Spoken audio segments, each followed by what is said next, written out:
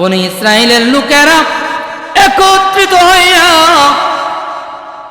নবী মুসার দরবারে যাইয়া হাজির হইয়া ডাকে, আল্লাহর পয়গম্বর, আপনি তো বলেছিলেন আজকে এই লোকটা মারা যাবে, কিন্তু নবী গো ওই দুফা লোকটা তো মরে নাই। প্রতিদিনের নেই কাপড় দৌত করে আজকেও তিনি বাড়ির মধ্যে চলে আসছে। মুসা নবী লোকটারে ডাকাইয়া আনলেন, আমার আল্লাহর সঙ্গে কথা বললেন। লোকগুলারে বলে, ও লোক সকল, তোমরা দাঁড়াও, ফাইসালা আল্লাহর দরবার থেকে আসবে।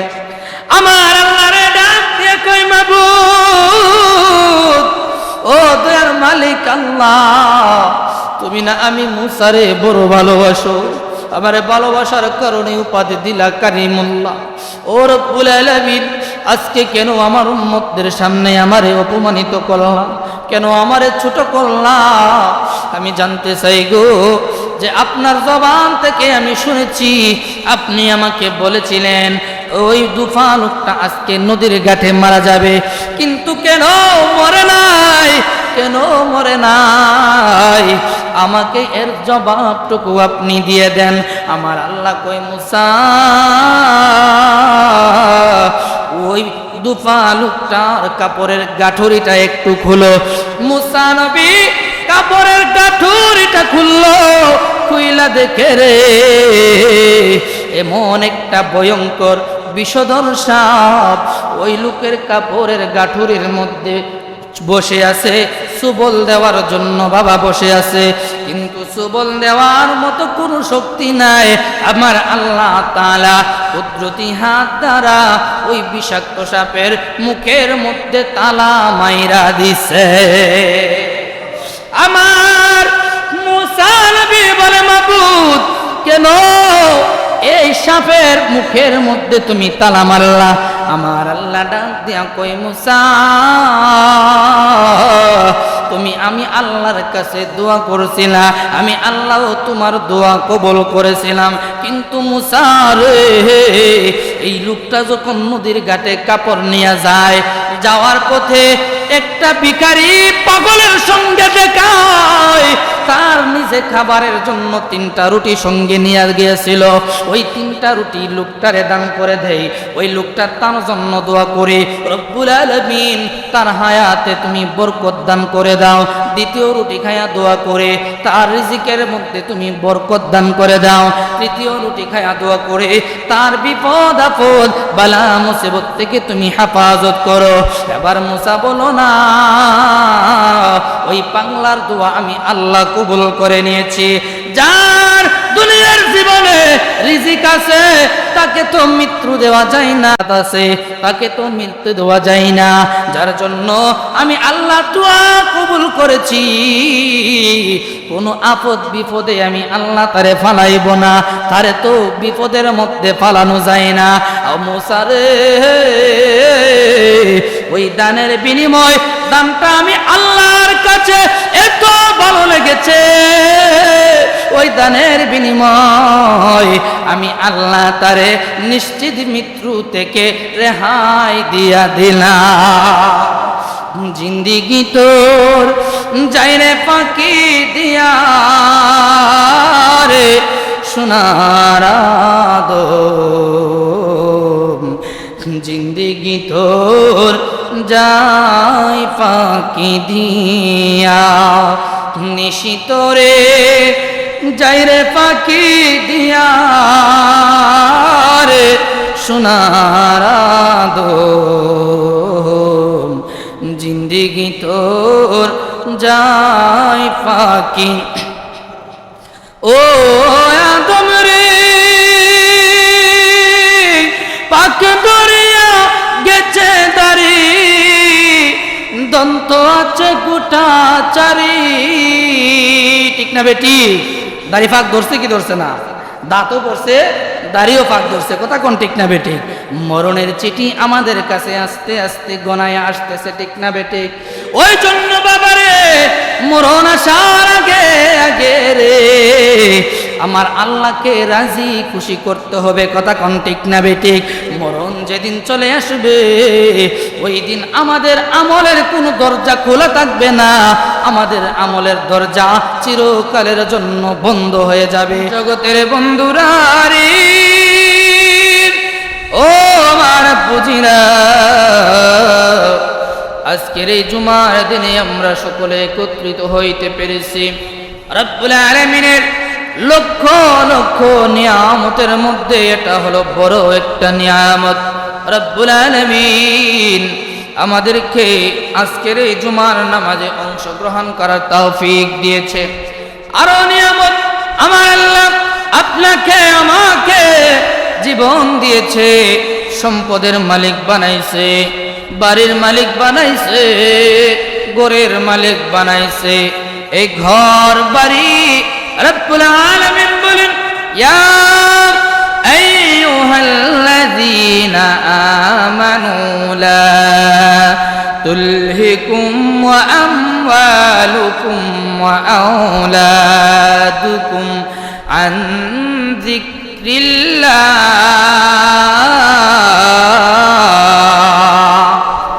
রব্বুল আলামিন বলেন, ও ঈমানদারের দলেরা শুনো, আমি আল্লাহ তোমাদেরকে আহাল আওলাদ দিলাম, পরিবার পরিজন দিলাম, ধন সম্পদের মালিক বানাইলাম। কিন্তু শুনে রাখো, এই দুনিয়ার মোহ মায়ার মধ্যে পড়ে, পরিবারের মোহ মায়ার মধ্যে পড়ে, সন্তান বিবির মোহ মায়ায় পড়ে, দুনিয়ার ধন সম্পদের লোভ লালসার মধ্যে পড়ে আমি আল্লাহ থেকে গাফেল হইও না। যদি গাফেল হও, ওমাইয়া ফাআল যালিকা ফাউলাইকা হুমুল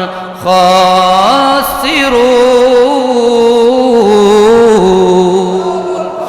ও বান্দারা শুনো, আমি আল্লাহর জিকির থেকে যদি গাফেল হয়ে যাও, আমি আল্লাহর ইবাদত বন্দিগি থেকে যদি গাফেল হয়ে যাও, শুনে রাখো তোমরা হবে পথভ্রষ্ট, তোমরা হবে ক্ষতিগ্রস্ত। আর এই ক্ষতির কারণে আমি আল্লাহ রাব্বুল আলামিন কাল কঠিন হাসরের ময়দানে কঠিন জাহান্নামের মধ্যে তোমাদেরকে নিক্ষেপ করব। অতএব ধন সম্পদ আল্লাহর নিয়ামত, কথা কোন ঠিক নেবে, পরিবার পরিজন এটাও আল্লাহর নিয়ামত। অতএব এই ধন সম্পদ পরিবার পরিজনের মধ্যে মজে থেকে দুনিয়া চালাইলে হবে না। কাকে রুজু করতে হবে? আল্লাহকে রুজু করতে হবে, আল্লাহকে রাজি খুশি করাইতে হবে। এর ইবাদত গুলার মধ্যে একটা ইবাদত হলো দান সদকা। একটা ইবাদতের নাম কি? দান সদকা। দান সদকার ফজিলত আছে নাকি নাই? আল্লাহ রাব্বুল আলামিন সূরাতুল বাকারা 271 নম্বর আয়াতে আমার আল্লাহ ওয়াজ করেন, ইন তুবদু সাদাকাতি ফানি'মাহি ওয়া ইন তুখফুহা ওয়া তু'তুহাল ফুকারা ফাহুয়া খায়রুল লাকুম ওয়া ইউকাফিরু আনকুম মিন সাইয়্যাতিকুম আল্লাহু বিমা তা'মালুনা খাবীর।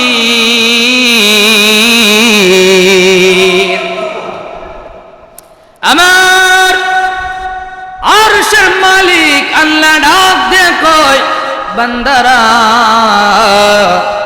তোমরা যদি প্রকাশ্যে দান করো তাও আমি আল্লাহ দেখি, গোপনে দান করো তাও আমি আল্লাহ দেখি। আল্লাহ দেখি কি দেখে না?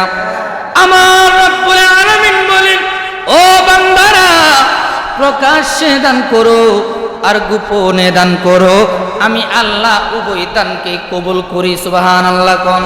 আমার আল্লাহ কই, বান্দারা তবে প্রকাশ্যে দান করো আর গোপনে দান করো।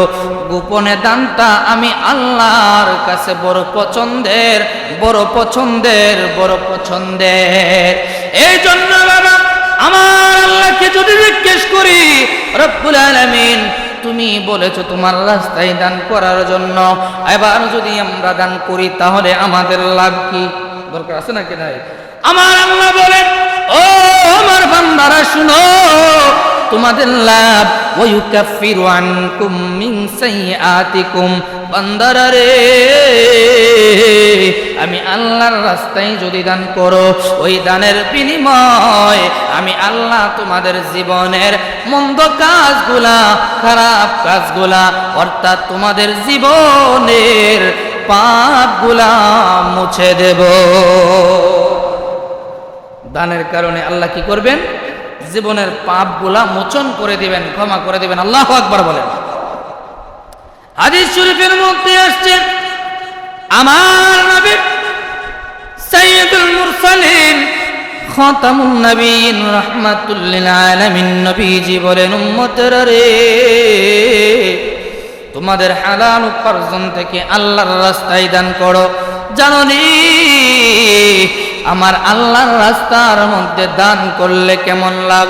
সাহাবীরা বলে কেমন লাভ, কেমন লাভ? আমার নবী কই, ও আমার সাহাবীরা শুনো, আল্লাহর রাস্তায় যদি একটা টাকা দান করো, এই একটা টাকা আমার আল্লাহ 10 গুণ বৃদ্ধি করে তোমাদেরকে দিবে। সুবহানাল্লাহ। শুধু তাই নয়, আল্লাহর রাস্তার মধ্যে মসজিদ, মাদ্রাসা, ইতিম, ফিকির, মিসকিনদেরকে তোমরা দান করবা। এই দানের বিনিময় যেই টাকাটা ইতিমের হাতে দিবা, যেই টাকাটা ফকিরের হাতে দিবা, যেই টাকাটা মসজিদে দিবা, যেই টাকাটা তোমরা মাদ্রাসায় দিবা, এটা মাদ্রাসা মসজিদে থাকে না, ওই টাকাটা আমার আল্লাহ তাআলার কুদরতি হাতের মধ্যে চলে যায়। ইয়া রাসূলুল্লাহ, নবী গো, আমার আল্লাহর কুদরতি হাতে যখন টাকাগুলা যায় তখন কি হয়? আমার নবী কই, উম্মতেরা শুনো, ওই টাকাটা আমার আল্লাহ বড় যত্নে লালন পালন করে। কি করে? কি করে? লালন পালন করে। লালন পালন করলে কি হয়? আমার নবী কয়, এই একটা টাকা পাহাড় সম পরিমাণ হয়ে যায়। সুবহানাল্লাহ। উম্মতেরা রে, কাল কঠিন হাসরের ময়দানে যখন তোমরা ওই মিজানের পাল্লার মধ্যে দাঁড়াইয়া ধরা পইরা যাইবা, ওই একটা টাকা যে দান করছিলা আমার আল্লাহ পাহাড় সমতুল্য একটা নেকি বানাই দিছে, পাহাড় সমতুল্য নেকি।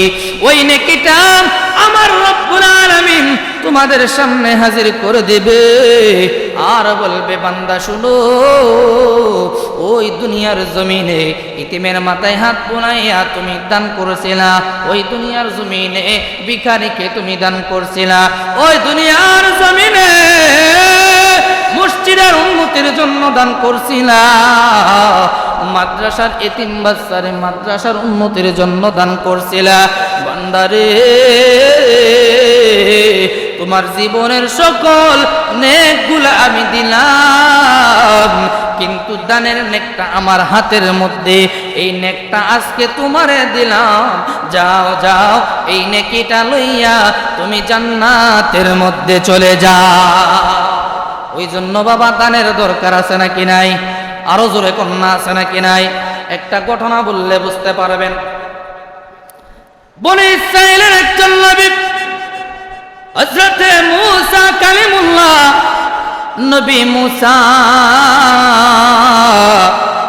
তার জামানার মধ্যে একটা দুফা ছিল। দুফা, উনি কাপড় পরিষ্কার করতেন, ধৌত করতেন, কাপড় শুকাইয়া ইস্ত্রি দিয়া আবার মানুষদেরকে দিতেন, এটা ছিল তার কাজ।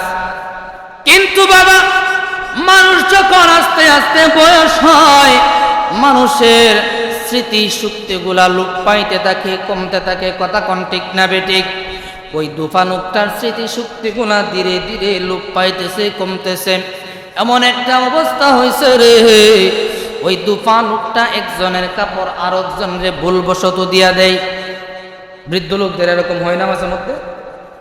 ওই লোকটা বৃদ্ধ হয়ে গেছে, বয়স্ক হয়ে গেছে।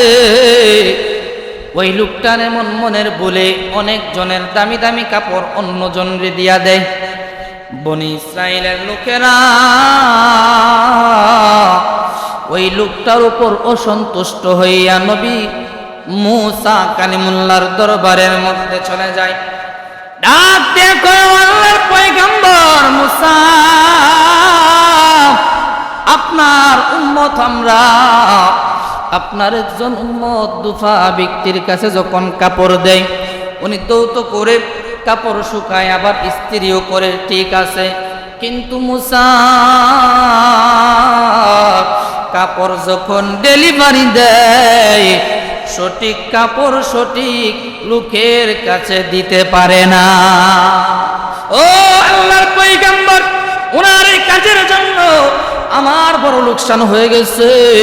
আরেকজন বলে, আমার একটা কাপড় খুব দামি কাপড় অন্যজনরে দিয়া দিছে। আরেকজনে কই, মূসা আমার খুব একটা শখের কাপড় আরেকজনরে দিয়া দিছে। ও আল্লাহর পয়গম্বর, আপনি আল্লাহর কাছে দোয়া করে দেন, আমার আল্লাহ যেন এই লোকটারে দুনিয়া থেকে উঠাই নে। মূসা নবী কই, তাহলে তোমরা একটু বসো, আমি আল্লাহর সাথে কথা বলে আসি। মূসা নবী আল্লাহর সাথে কথা বলতে পারছে কি পারছে না? মূসা নবী সিজদার মধ্যে পড়ে দুইটা হাত বাড়াইয়া আল্লাহকে ডাকে, মাবুদ ও আমার আল্লাহ, তোমার বান্দারা একত্রিত হইয়া আমার দরবারে আসছে। ও রব্বুল আলামিন, ওই দুফা লোকটার কাজে তারা অতিষ্ঠ হয়ে গেছে। মাবুদ, সকল বান্দারা ওই লোকটার মৃত্যু কামনা করতেছে। ও রব্বুল আলামিন, আমিও তোমার কাছে হাত বাড়াইলাম, ওই লোকটারে তুমি মরণ দিয়ে দাও, ওই সকল লোকগুলারে তুমি শান্তি দান করে দাও। আমার আল্লাহ ডাক দে কই, মূসা সকল লোক হাত বাড়াইছে, সবার হাত আমি ফিরাই দিতে পারে, কিন্তু মূসা রে, তুমি হইলা আমার একজন নবী, তোমারে আমি আল্লাহ ভালোবাসা উপাধি দিয়েছি কারিমুল্লাহ, তোমার হাত আমি ফিরাইতে পারি না। ও মূসা, তুমি তাদেরকে জানাই দাও, আগামীকাল সকালবেলা এই লোকটা যখন কাপড়ের গাঠুরি লইয়া নদীর মধ্যে যাবে, নদীর ঘাটে আমি আল্লাহ তারে মরণ দিয়া দেব। আগামীকাল নদীর ঘাটে লোকটার মরণ। সকল মানুষ আনন্দ চিত্তে বাড়ির মধ্যে ফিরে গেলেন। সকলেই মনের মনে একটা মনস্থির করলেন যে আগামীকাল ওই লোকটা কিভাবে মারা যায়, আমরা স্বচক্ষে সেটা উপলব্ধি করব, দেখব। আচ্ছা, এরকম ঘটনা যদি আমাদের গ্রামে ঘটে, তাহলে কি আমরা ঘরে বসে থাকবো নাকি ঘাটে চলে যাব? দেখার জন্য পাগল পারা হয়ে যাব না? মূসা নবীর উম্মতের পাগল পারা হয়ে আছে। আগামীকাল সকালবেলা ওই দুফা লোকটার মরণ হবে, আমরা স্বচক্ষে দেখব। রাত্র হলো, সকাল হয়ে আসলো। ওই লোকটা কাপড়ের গাঠুরি সঙ্গে লইয়া সাথে 3টা রুটি খাবারের জন্য নিল। কয়টা রুটি? আরো জোরে কোন, কয়টা রুটি? 3টা রুটি। ওই নদীর ঘাটে কাপড় ধোয়ে ফাঁকে দিয়া খাবে, ওই জন্য 3টা রুটি বাবা সঙ্গে নিলেন। আর চতুর্দিকে এলাকার মানুষগুলা নদীর ঘাটে গিয়ে হাজির। কিভাবে মরে আল্লাহ কিভাবে মরণ দেয়, এইটা আমরা স্বচক্ষে দেখতে চাই। আল্লাহর কুদরত বোঝা যায় না। ওই দুফা লোকটা কাপড়ের গাঠুরি মাথায় নইয়া রাস্তার দিকে রওনা হয়ে গেল। হাঁটতে হাঁটতে রাস্তার মধ্যখানে যখন চলে যায়, এখনো নদীর তীরে এসে যাইতে পারে নাই। রাস্তার মধ্যে তার সঙ্গে একজন পাগল ভিখারির দেখা। কার দেখা? পাগল ভিখারি। ভিখারি ডাক দিয়ে কয়, আল্লাহর বান্দারে, আমি বড় অসুস্থ, বড় খিদা আমার পেটে, আমার অনেক দিন যাবৎ কোনো আহার নাই, যদি তোমার কাছে কোনো খাবার থাকে আমাকে দাও, আমি তোমার জন্য দোয়া করব। সুবহানাল্লাহ বলেন। দুফা লোকটা বলে, দোয়া যখন করবো তাইলে ফিরাই দিয়ে লাভ কি? তিনটা রুটি আছে, কয়টা রুটি? তিনটা রুটি। একটা রুটি যদি আমি ওনারে দেই, আমি খাওয়ার জন্য আরো 2টা রুটি থাকবে, ঠিক না? এই চিন্তা করে দুফা ভিক্ষুককে একটা রুটি দিলেন। ভিক্ষুক আনন্দ চিত্তে রুটিটা খাইলেন। রুটি খাওয়া শেষে আল্লাহর দরবারে 2টা হাত বাড়াইয়া দোয়া করে, মাবুদ, তোমার যে বান্দা আমারে রুটি খাওয়াইছে, ওই বান্দারে নেক হায়াত তুমি দান করে দাও। আবার বলতেছে, ও দুফা, একটা রুটি খাইছি, আমার পেট পুরোপুরি ভরে নাই, আরো থাকলে দাও। দুফাও দোয়া শুই না খুব খুশি, তাইলে আরেকটা রুটি দেই, দেখি আমার জন্য আরেকবার কি দোয়া করে। দ্বিতীয় রুটিটা খাইয়া আল্লাহর দরবারে হাত বাড়াইয়া দোয়া করে, রব্বুল আলামিন, তোমার যে বান্দা আমারে আরো একটা রুটি খাওয়াইলো, তার রিজিকের মধ্যে তুমি বরকত দান করে দাও। আল্লাহু আকবার।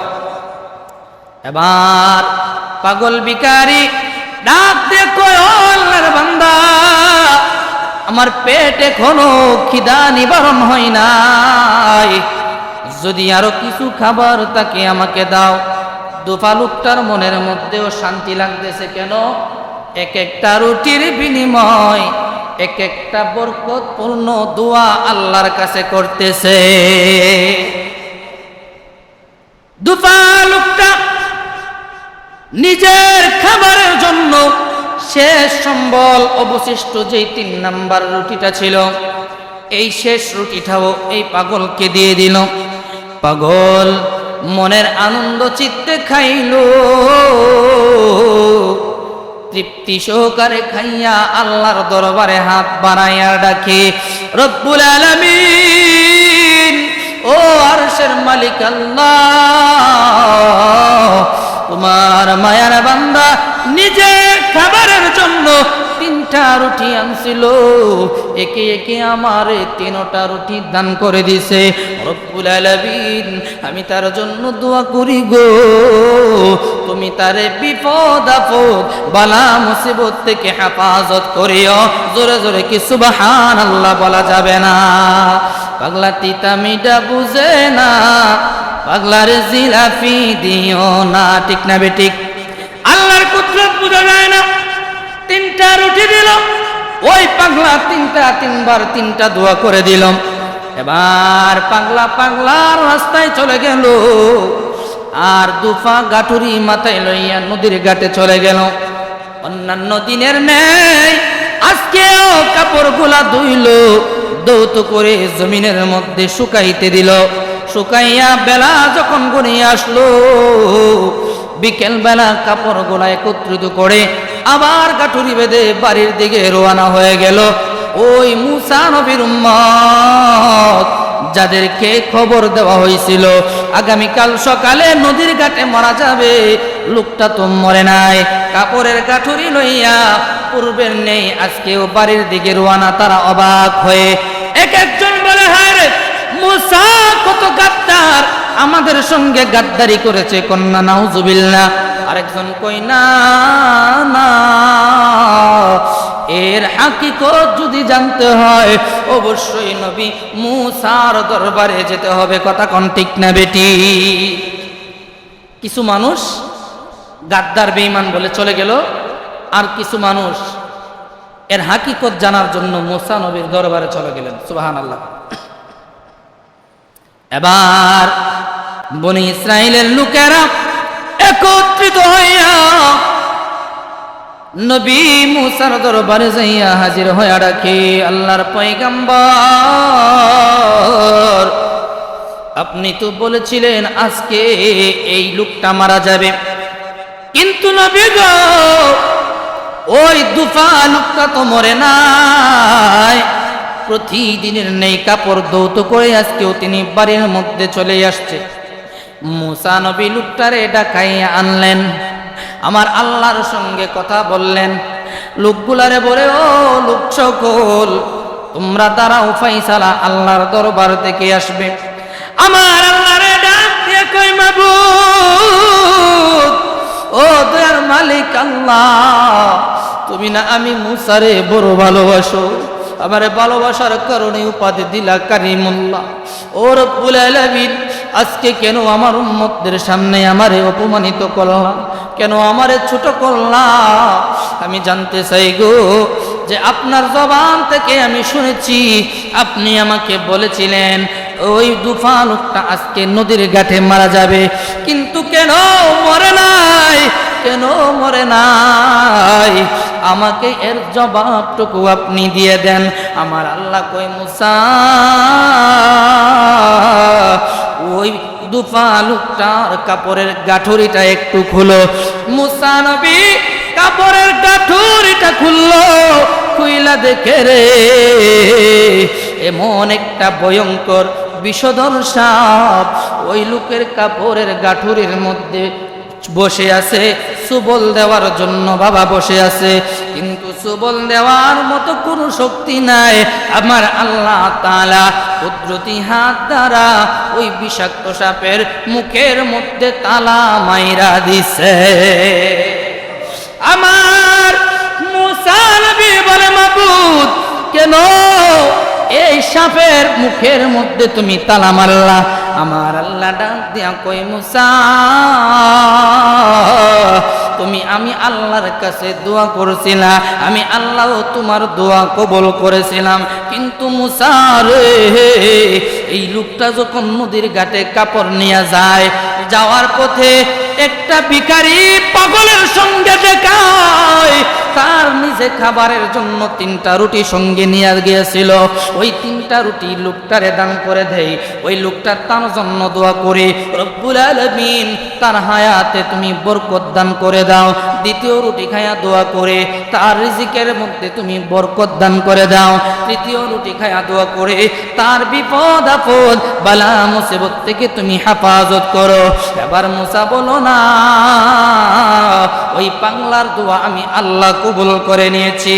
যার দুনিয়ার জীবনে রিজিক আছে তাকে তো মৃত্যু দেওয়া যায় না, তাকে তো মৃত্যু দেওয়া যায় না, যার জন্য আমি আল্লাহ দোয়া কবুল করেছি।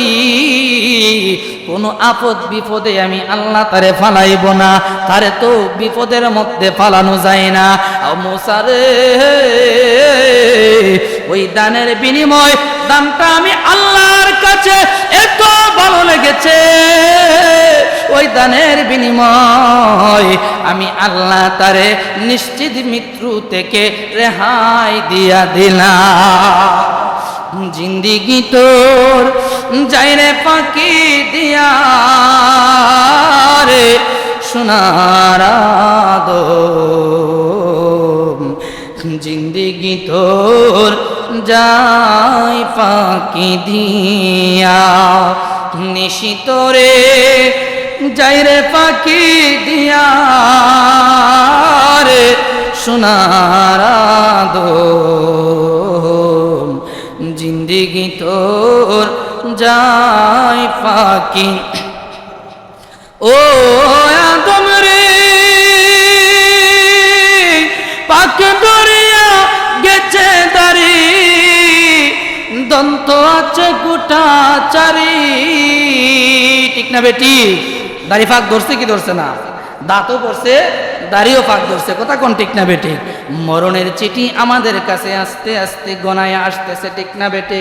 ওই জন্য বাবারে মরণ আসার আগে আগে রে আমার আল্লাহকে রাজি খুশি করতে হবে, কথা কোন ঠিক না বেটি? মরণ যেদিন চলে আসবে ওই দিন আমাদের আমলের কোনো দরজা খোলা থাকবে না, আমাদের আমলের দরজা চিরকালের জন্য বন্ধ হয়ে যাবে।